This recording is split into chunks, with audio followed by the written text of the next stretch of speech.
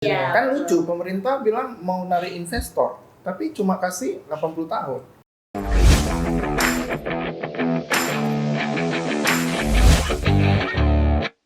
Halo Sobat Cuan, selamat datang di podcast. Wah, hari ini saya agak slow ya, karena kehadiran dua cik cantik.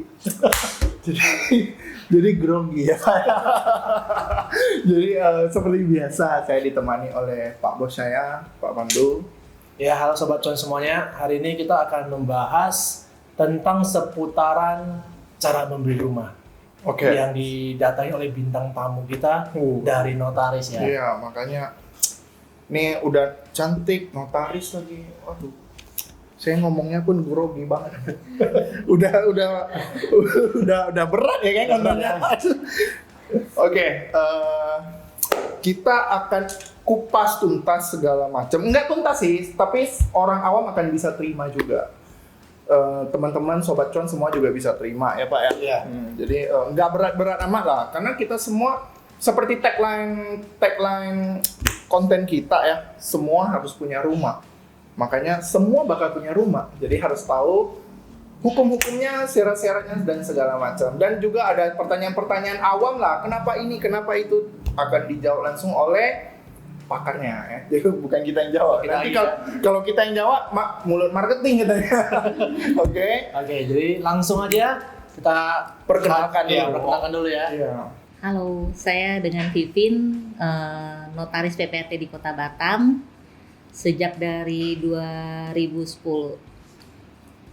Halo Sobat Cuan, saya Kiki, notaris PPAT Kota Batam sejak 2016. Wah, jadi semuanya udah lumayan lama ya. Iya, udah lama ya. Udah lama semua nih. Lebih lama daripada aku jadi marketing. Emang agak susah lah kalau nama marketing, kalau yang masih biasa-biasa ya. Kenalannya masih belum banyak. Pasti Sobat Cuan nanya juga nih, kok berdua? Kau berdua ya? Nah, kenapa nih? Apa bisnis partner atau gimana? Kami kakak adik. Oh, kakak adik. Iya. Dia menjawab pertanyaan aja ya. Oke. Oke, kalau gitu kita langsung aja kali ya. Kita harus nyontek terpaksa kali ini. Ya, karena soalnya agak berat. Iya, ini pertanyaan pun bahkan kadang pertanyaan titipan dari warganet ya. Seolah-olah aja sih sebenarnya. Dari Sobat Cuan. Sobat Cuan ya. Oke, kita mungkin langsung aja. Yang kita tahu kan biasa di Batam tuh rata-rata semua orang pasti memiliki atau mencari rumah ya. Ya, sebagai memang secara garis besar pada tahu lah apa yang harus disiapin. Mungkin dari Bu Kiki atau sama Bu Vivin bisa jelasin yang harus disiapin dari segi KPR dan nggak KPR itu gimana ya kira-kira ya? Kalau dari segi non KPR ya atau Ya. mungkin cash, itu untuk syarat-syarat jual belinya itu biasanya untuk pertama dari segi penjual itu harus menyiapkan, kalau penjualnya pribadi harus menyiapkan seperti KTP dan NPWP dan juga data dari pasangan hidupnya, KTP dan akte nikah dan kartu keluarga. Dan semua itu harus dokumen asli yang nantinya diperlihatkan kepada notaris atau PPAT-nya pada saat tanda tangan gitu. Itu yang non KPR.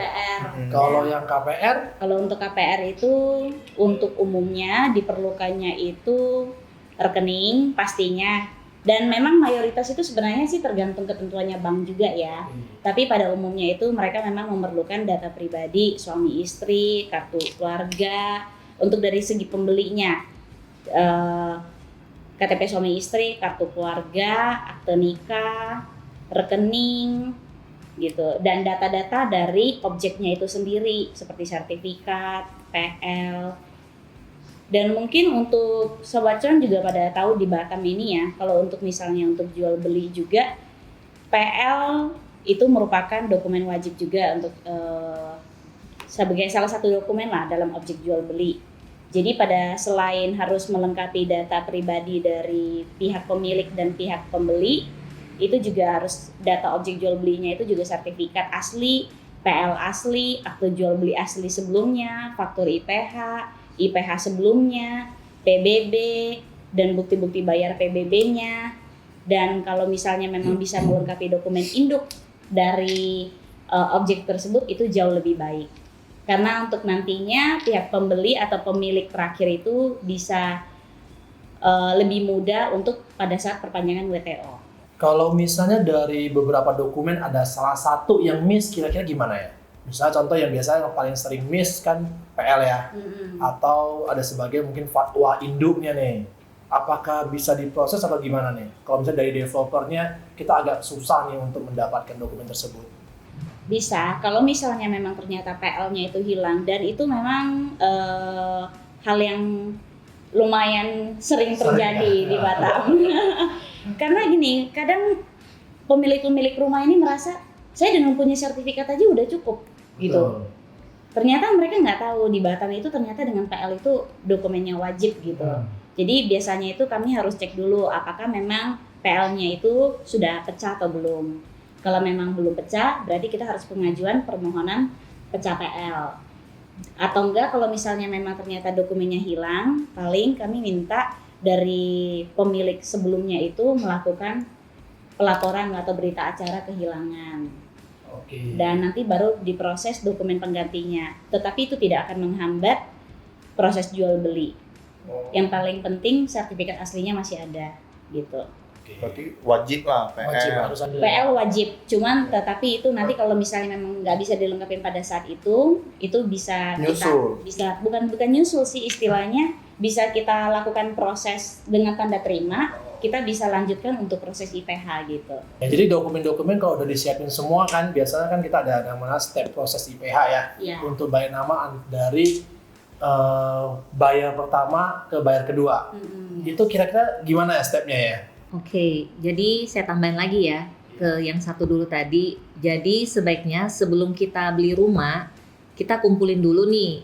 Biasa saya sarankan si pembeli, kumpulin dulu Pak dokumen-dokumen dari si pemilik rumah. Baik yang data pribadi maupun data rumahnya. Data pribadi ini kan kita harus melihat juga, dia belinya ini pada saat perkawinan yang keberapa.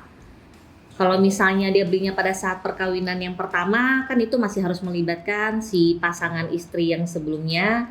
Kemudian belinya misalnya atau istrinya udah meninggal, salah satu udah meninggal, nah itu kan prosesnya beda lagi.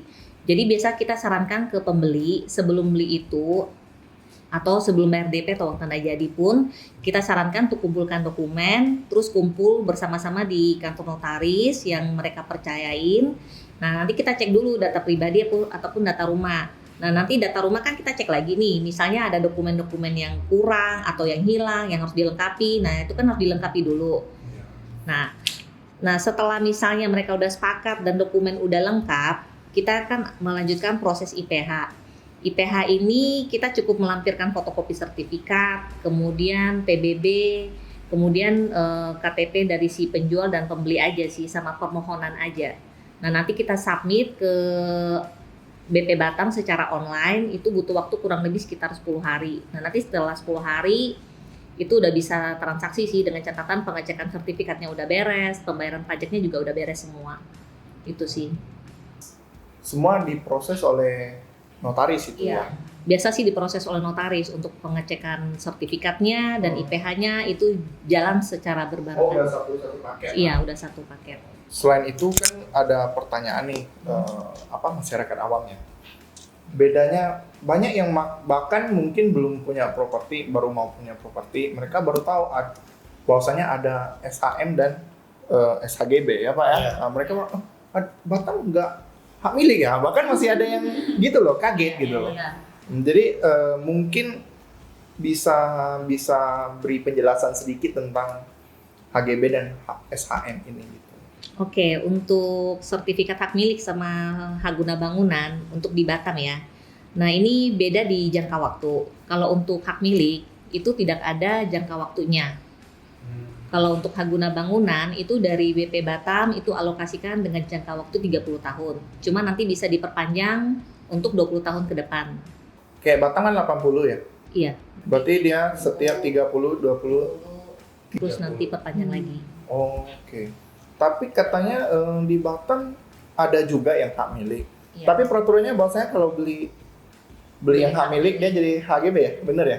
Tidak. Oh enggak ya? Iya. Tidak sih. Jadi nanti kalau misalnya ada pembeli nih, calon pembeli mau membeli rumah dengan status sertifikat hak milik, itu nanti status sertifikatnya tetap hak milik. Oh, nggak harus berarti. Dia nggak turun akan ya? turun sih, nggak akan turun menjadi hak guna bangunan. Kecuali WNA yang beli. Kecuali WNA yang beli. Oh, Dan Dan PT dan nggak PT boleh. juga nggak boleh. Nggak boleh. perorangan aja berarti. Hanya pada perorangan. Benar. Hak milik hanya khusus untuk perorangan. Perorangan WNI. Di kawasan yang dimana yang udah hak milik dong ya. Iya. Jadi kalau misalnya ada transaksi hak milik tak hak milik. Iya. Iya. Tidak ada penurunan grade. Iya, benar. Aku baru tahu. Baru tahu ya. Oh, kali ini kontennya berisi banget. biasa enggak apa-apa ya. Apa? Oke. Terus fermenternya mau tanya nggak sih ya? Masalah. Nggak usah lah ya. Karena buat teman-teman nih kalau bertanya fermenter HGB berapa segala macam WTO, sebenarnya itu setiap daerah beda-beda. Iya, benar. Misalnya Batam Center berapa, Nagoya berapa, itu beda. Dan juga Iya. tergantung peruntukannya. Misalnya kalau untuk cek bisa nggak ya, maksudnya Jadi cek ada lokasi untuk ngecek harganya. iya tanpa ke notaris misalnya. Bisa sih. Itu di BP Batam pakai kalkulator BP Batam bisa ngecek untuk nilai faktur WTO-nya. Di bpbatam.com itu ya, maksudnya di websitenya ya. Di website. Situs resminya BP Batam. Oh, situ lengkap ya berarti. Iya, situ ada oke, kalkulator. oke. Ah, iya, di Google ya, tepatnya Google aja sih. Cuma singkat pada jelas. Nanti on Google ya. Nggak usah pusing. Oke, tadi kan ada menjelaskan bahwa HGB untuk WNA dan WNI pasti ada perbedaan ya jangka waktunya. Kira-kira bisa dijelasin nggak ya ke Sobat Cuan tuh berapa jangka waktunya? Karena sebagian kan kita di Batam kan dekat dengan Singapura dan Malaysia. Mereka selalu mempertanyakan, kok nggak 99? Nah, Atau 100. Kok nggak 100 gitu kan? Nah, jadi ini dari notaris langsung lah biar Luar biasa. yang denger-denger nih yang dari luar negeri tahu juga ya. Iya. Kalau untuk HGB WNI dan WNA itu, kalau untuk HGB-nya, saya jelasin dulu untuk HGB WNI ya. Itu kan 30 tahun, lalu bisa diperpanjang 20 tahun, dan kemudian diperpanjang lagi 30 tahun. Dan untuk WNI sih WNA sejauh ini, untuk WNA sejauh ini itu hanya hak pakai yang diperbolehkan. HGB masih belum. Jadi masih belum HGB. Jadi itu jangka waktunya itu 25 tahun, diperpanjang 20 tahun, dan kemudian 25 tahun.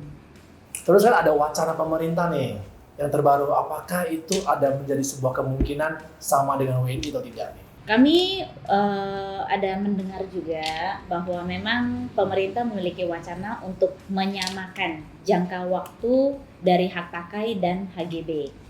Jadi tidak membedakan lagi Wah, jadi berapa lama jangka waktu dari hak pakai dan HGB. Jadi mau disamakan. Sama-sama 80 ya. sama-sama 80. Iya. Ini adalah good news ya. Iya. Good news for you foreigners. Wah, bahasa Inggris. Foreigner. Dan malah kami berharap pemerintah juga memiliki wacana untuk memberikan jangka waktu 99 tahun. seperti negara ini ya, negeri seberang ya. Nah, jadi investor lari ke sini. Iya. Kan lucu, pemerintah bilang mau narik investor, tapi cuma kasih 80 tahun. Itu negeri seberang seminggu lari semua ke sana. Iya, boleh dong kita protes ya kan. Oke, terus saya mau nanya ada satu hal lagi, apakah ada perbedaan antara UWTO sama HGB ini? Ini yang sering orang rancu ya. Oh, saya UWTO pun juga. sama nggak ya sama HGB? Nah, yang setahu kita nih pasti ada kayaknya sih beda ya. Wajib tahunan otorita sama HGB sama-sama harus bayar nih. Iya. Nah, mungkin bisa diperjelas kali ya. Oke. Mau jelaskan dikit dulu ya. Ini kan di Batam itu kan tanah HPL. Ya. Nah, tanah HPL itu kan tanah yang diberikan oleh negara, maksudnya negara memberikan kekuasaan kepada BP Batam untuk mengelola. Jadi BP Batam ini mempunyai wewenang. Dia berhak untuk mengalokasikan lahan ini kepada para pemohon. Nah, karena BP Batam yang kelola, jadi mereka memberikan, misalnya sekarang Pak Pandu nih mau ajukan alokasi lahan ke BP Batam. BP Batam saya mau mengajukan alokasi lahan. Nah, mereka akan mengenakan tarif WTO. Nah, ini ada jangka waktunya 30 tahun. Karena misalnya kita ajukan atas nama PT ataupun pribadi, itu jangka waktunya 30 tahun untuk permohonan yang pertama kali ya. Nah, nanti si pemohon ini wajib untuk membayar faktur WTO ini ke BP Batam. Nah, nanti setelah membayar faktur ini, selain bayar faktur ini, kita juga membayar faktur jaminan untuk kita akan bangun di tanah ini. Karena kalau tidak bangun kan jadi terlantar kan tanahnya. Itu nanti bisa ditarik balik lagi sama si BP Batamnya. Nah, itu di Indonesia memang tidak semua ya, seperti Batam ini tanah HPL. Di Jakarta juga ada beberapa tempat yang HPL. Yang saya tahu kayak Ancol ya. Itu negara juga memberikan wewenang ke PT Ancolnya. Sama juga, mereka ada bayar faktur WTO juga, tapi namanya bukan faktur, tapi cuman semacam retribusi. Ada beberapa tempat. Kalimantan juga ada setahu saya. Jadi bedanya faktur WTO dengan HGB itu sebenarnya, kalau HGB itu kan sertifikat ya. Iya. Jadi nanti setelah kita membayar faktur WTO, kemudian mengurus lagi yang namanya perjanjian penggunaan lahan, terus mengajukan surat rekomendasi. Nah, nanti dari BP Batam akan memberikan rekomendasi ini untuk mengajukan permohonan sertifikat. Nah, nanti dari BPN dia akan menerbitkan sertifikat hak guna bangunan dengan dasar rekomendasi ini, sesuai dengan jangka waktu yang diberikan oleh BP Batam. Berarti beda WTO Sama hak guna bangunan tuh beda iya WTO-nya ke ke BP. ke BP, kalau HGB-nya ke Itu karena dia mengajukan hak guna bangunan kan, pemegang haknya. iya. Berarti HGB-nya ke BPN. Jadi sama-sama harus bayar. Iya, Sama-sama harus dibayar. Sama-sama harus bayar itu. Gratis. Sama-sama bayar. Kayak misalnya di Batam ini kan di belakang Padang, itu kan dia tidak masuk wewenangnya otorita. Dia hak guna bangunan. Jadi kalau misalnya sertifikat hak guna bangunannya expired, jadi si pemilik ini tinggal mengajukan permohonan ke BPN saja, tidak perlu membayar faktur WTO. Oke. Belakang Padang. Padang. Jadi kalau di Batam harus dong ya. Kalau di Batam ya harus, karena kan itu wewenangnya otorita, tanah otorita. Di Batam tuh jangka waktu WTO sama HGB itu selalu sama. Sama. Tidak ada yang pernah yang siapa duluan habis, nggak ada ya? Enggak. Apakah ada pernah terjadi nggak ya? Yang habis duluan atau mana? Habis duluan tuh mungkin karena salah ketik aja sih biasanya. Iya. Tapi kalau jangka tuh pasti selalu sama. Pasti selalu sama ya. Karena BPN juga mengacu kepada rekomendasi dari yang BP diberikan Batam. oleh BP Batam. Berarti kita kembali lagi ke yang invest dari WNA tadi ya. Yang WNA invest ke sini. Itu ada nggak sih syarat-syarat tertentu atau sama dengan warga negara Indonesia ya WNI untuk invest di Indonesia? Maksudnya invest dalam bidang properti ya, jual beli properti gitu.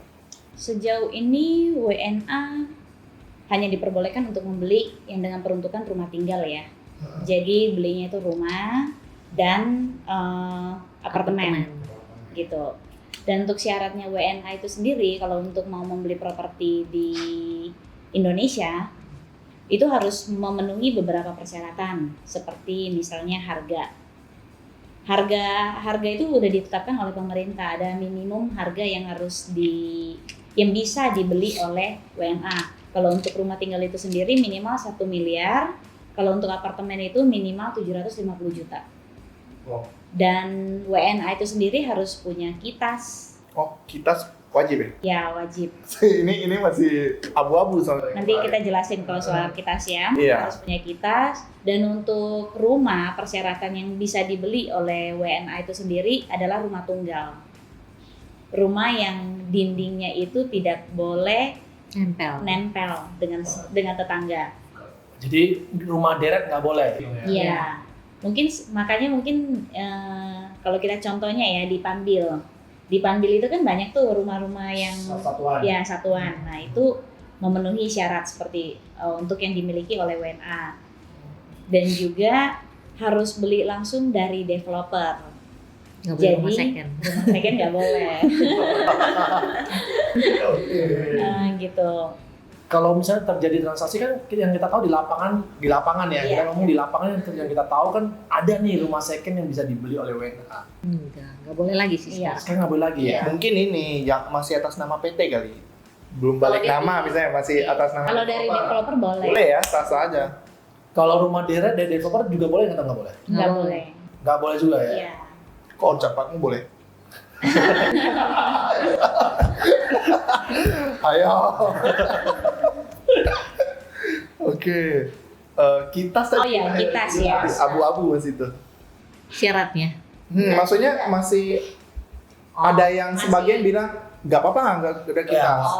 Nggak bisa sih. Tapi minimal izin tinggal yang 30 hari itu masih bisa sih. Kemarin kita komunikasi. Oh bisa ya. Visa on arrival. Ya. Jadi gini, pada saat kami terakhir menghadiri seminar yang juga memang dihadiri oleh BPN dari pusat, BPN dari Jakarta ya. Juga makanya karena gini, di dalam peraturan itu sendiri menjelaskan soal kitas itu adalah izin tinggal. Dan salah satunya itu memang ada penjelasannya karena memang ini masih ya. Jadi makanya kemarin kami klarifikasiin izin tinggal ini seperti apa gitu. Dan ternyata memang izin tinggal yang 30 hari yang turis itu diperbolehin. Ya, itu diperbolehkan termasuk. Berarti diringankan lah ya. Jadi dengan Ya. paspor udah bisa. Ya. Oh paspor lah Dan ya. yang jelas yang kedua ya duit. Aneh. Oh ya. Dan harus hak pakai. Ya. Ya. Oh. Tidak boleh hak yang lain. Terus kalau misalnya kita ngomong apakah ada kemungkinan dari warga asing dia jual ya? Maksudnya jual tuh wajib ke WNA atau harus wajib ke WNI? Iya. Ada ketentuan nggak? Karena yang saya dengar sih WNA sama WNA. nggak, WNA harus ke WNI. Ya ke Nggak WNI. boleh WNA ke WNA. Apakah betul nggak? Untuk status hak pakai. Status ya hak pakai. Kita kalau misalnya jual ke warga negara Indonesia itu kan bisa pasti upgrade ya, jadi hak guna bangunan. Tapi yang saya pernah dengar katanya sih WNA nggak boleh jual ke WNA. Apakah betul? Mungkin gini, mungkin karena salah satu persyaratan yang bisa dibeli oleh WNA itu sendiri kan adalah rumah baru dari developer. Iya. Jadi kalau misalnya dibelinya dari WNA termasuk rumah second, di rumah bekas gitu. Mengacu ke ini lagi Iya, ya. itu lagi mengacu ya. pada peraturannya. Jadi mungkin itu yang tidak memenuhi, makanya tidak diperbolehkan. Jadi intinya WNA habis beli harus jual wajib ke WNI Iya. Sip. Itu secara hukumnya. secara hukumnya ya. Ya kalau ya yang Oke, yang terakhir. nggak bisa panjang-panjang. Nanti 2 episode. Nggak bisa. Jadi ini pertanyaan paling ultimate ya yang terakhir. Oke, yang terakhir nih. Saya sebenarnya mendapat pertanyaan ini sebagian dari customer sih yang terakhir ini ya. Mereka banyak bilang gini loh. Aduh, daripada kan mereka pada orang luar tuh. Ngapain mau beli di Batam? Karena kan bukan hak milik. Gitu. Sedangkan banyak pilihan di luar sana. Kenapa harus Batam katanya? Nggak worth it. Nah, menurut pandangan Cece gimana sebagai notaris kan? Kalian kan sebagai notaris, apakah itu ngaruh gitu loh sebenarnya untuk investasi misalnya di Batam? Ngaruh apa enggak ya? Iya, menurut Cece sendiri worth it apa enggak gitu loh? Worth it lah, kalau enggak ngapain saya beli banyak rumah ya. Wah, jangan ya. Singkat padat jelas. Soalnya kan harga sewa di sini kan juga lumayan. Kan kalau kita habis beli, invest, jadi kan kita bisa sewain lagi. Iya. Dan sebenarnya Batam menurut saya sendiri sih worth it sih karena pendatang banyak ya. Jadi untuk investasi properti, cuma mereka permasalahkan di 80 tahun itu tadi. Iya kan, karena ya cuma HGB. Takut nanti nggak diperpanjang lagi ya sama Iya, pemerintah. karena mungkin pembeliku kan rata-rata mikir sama anak cucu kan. Daerah lain juga statusnya hak guna bangunan. Maksudnya memang ada beberapa yang hak milik, ada yang hak guna bangunan. Cuman kan secara prosedural semua sama sih. Juga harus perpanjangan. Cuman bedanya kan sana nggak perlu bayar WTO, sini mungkin harus. Jadi mungkin biayanya lebih berat. Mungkin mereka berasanya kayak gitu. Tapi sebenarnya nggak mahal kan? Maksudnya WTO itu? Nggak mahal sih. WTO sama HGB mahal nggak kira-kira? Iya. Enggak sih, standby aja duit kurang, tergantung luas juga ya, tapi estimasi ya nggak sampai 20 jutaan lah Per berapa tahun? per 20 tahun ke depan. ya. Kan 20 tahun lagi kan nilainya pasti udah naik lagi kan. Masa bisa beli rumah 1 M bayar 20 juta nggak bisa ya? Iya. Ya, berarti 20 juta berarti 1 tahun sejuta. Iya. 1 juta bagi 12 bulan. Sebenarnya harusnya nggak berat ya. Harusnya sih worth it sih. Nah, harusnya. Dengan banyaknya orang luar yang invest di sini, sewa juga nggak pernah kosong, selalu ini ya. Kecuali karena sekarang lagi zaman corona mungkin. Oke lah, dampak. Iya, ya. Semua terdampak dari Iya. corona. Cuman kalau nggak kena corona banyak tuh yang orang luar nyari-nyari Nyari sewa ya. untuk sewa, untuk investasi. Apalagi Batam sendiri kan lagi banyak proyek ya. Jadi Iya. Bu Vivi ini sendiri selain jadi notaris, sebagai investor juga dia. Berarti boleh konsultasi investasi juga. Beli yang mana nih ya pasti? Yang pastinya belinya sama-sama Promex ya. Le.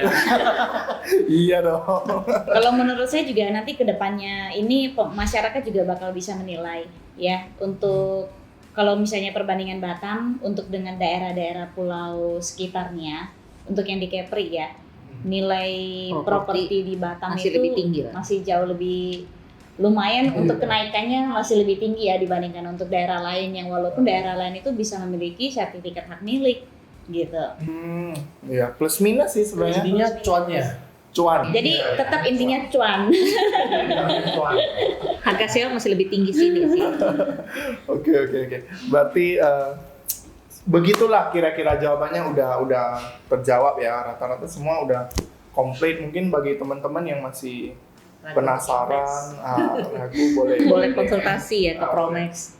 Apakah ada pesan-pesan nih dari ibu-ibu notaris ini untuk para sobat cuan?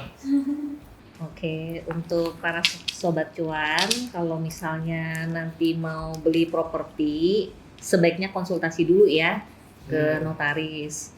Kemudian kalau misalnya mau lihat properti, boleh intip-intip di Instagramnya Promex.